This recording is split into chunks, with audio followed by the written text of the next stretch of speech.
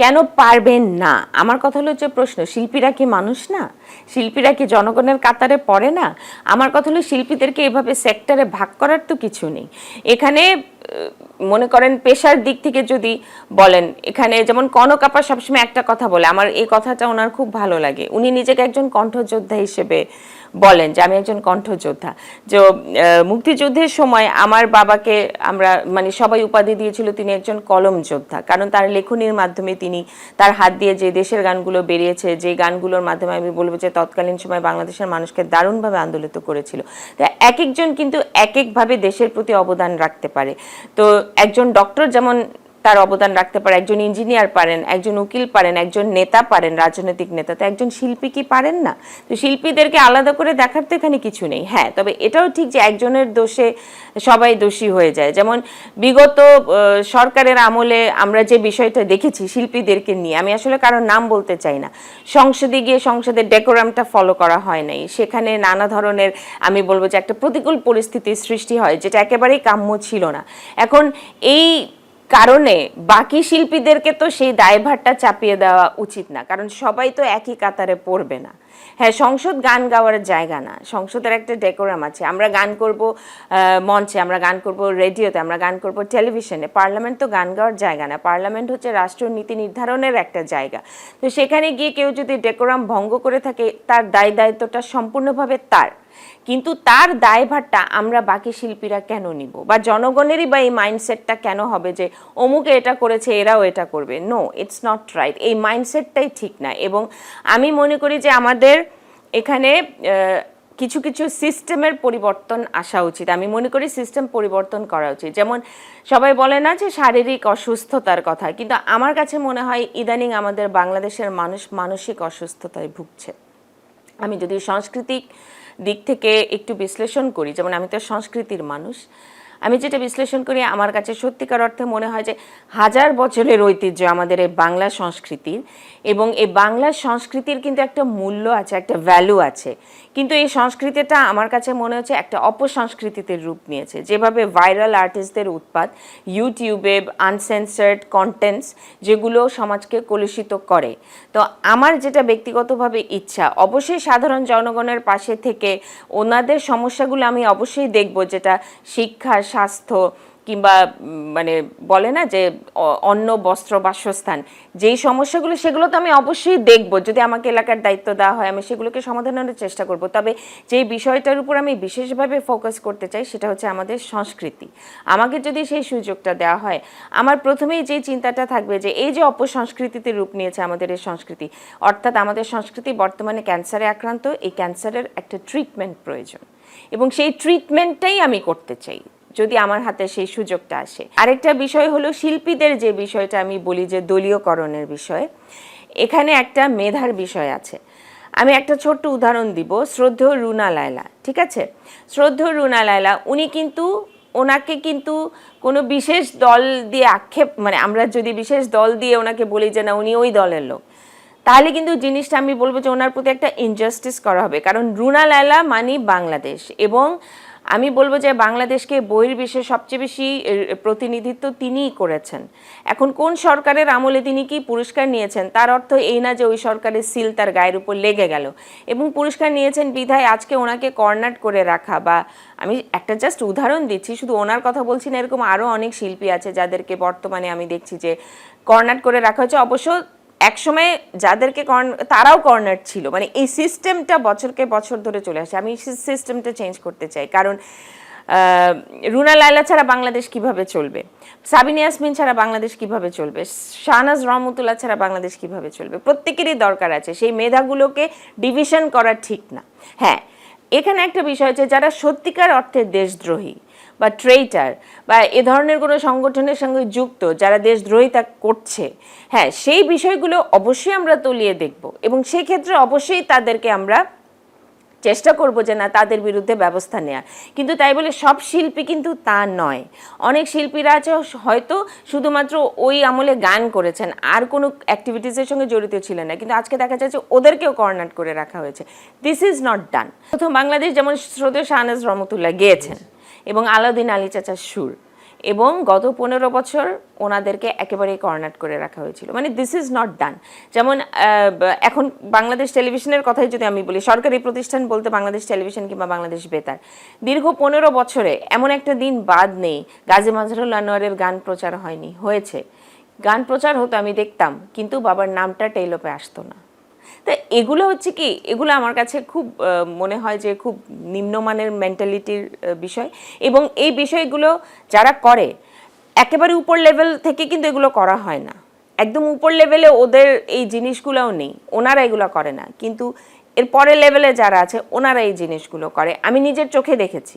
In fact এখন আমার খুব বিটিভিতে যাওয়া হয় বা রেডিওতে যাওয়া হয়, তো সেখানে গিয়ে সেখানকার পরিবেশগুলো আমি দেখেছি।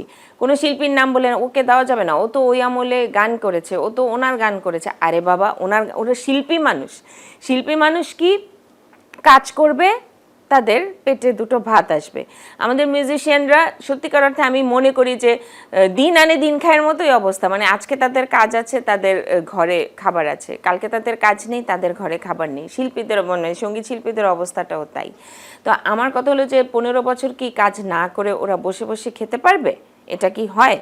কাজ তো করতেই হবে। তো হয়তো কাজ করেছে, তো আজকে সেখানে কাজ করার কারণে আজকে কেন ওনাদেরকে কর্নার করে রাখা হচ্ছে? আমি যতটুকু জানি বা বিশ্বাস করি যে বাংলাদেশ জাতীয়তাবাদী দল বলেন বিএনপি হিংসাত্মক রাজনীতি করে না। আপনি কখনো শুনেছেন আমাদের দেশনেত্রী বেগম খালেদা জিয়ার মুখ থেকে কারো বিরুদ্ধে কোনো ধরনের কোনো কটু কথা বেরোয় আসছে? না। অথচ উনি যে কত কিছুর শিকার হয়েছেন, ওনাকে তো আমরা মনে করি যে উনি একটা সহ্য ক্ষমতার প্রতীক, উনি ধৈর্য ক্ষমতার প্রতীক। যথেষ্ট সহ্য ক্ষমতা, ধৈর্য দেখিয়ে উনি যেভাবে, মানে আমি বলবো যে মৃত্যুর আগ পর্যন্ত ফাইট দিয়ে গিয়েছেন, এটা তো একটা নজিরবিহীন ঘটনা।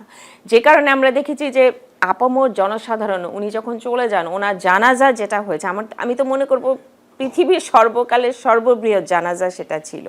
মানুষ যে ওনাকে কত ভালোবাসে, কেন? এই সমস্ত কারণেই তো। আজকে যদি উনি অন্যকে নিয়ে গালাগালি করতেন, হ্যাঁ, বা অন্য এ ধরনের কোনো কটু মন্তব্য করতেন, তাহলে কিন্তু ওনার প্রতি মানুষের শ্রদ্ধাবোধটা সেভাবে থাকতো না। অবশ্যই দেশের গান এবং বাবার লেখা বেশ কিছু দেশের গান বিবিসি জরিপে এসেছিল, তো সেখান থেকে একটি গান আছে যে গানটা আমাদের, যে গানটায় শুনেই শহীদ প্রেসিডেন্ট জিয়াউর রহমান বাবাকে প্রথম ওনার কাছে ডেকে নেন। সেই গানটা হচ্ছে এটি, একবার যেতে দে না আমার ছোট্ট সোনার গায়, যেথায় কোকিল ডাকে কুহু, দোয়েলের ডাকে মুহু মুহু, নদী যেথায় ছুটে চলে আপন ঠিকানায়, একবার যেতে দে না আমার ছোট্ট সোনার গায়।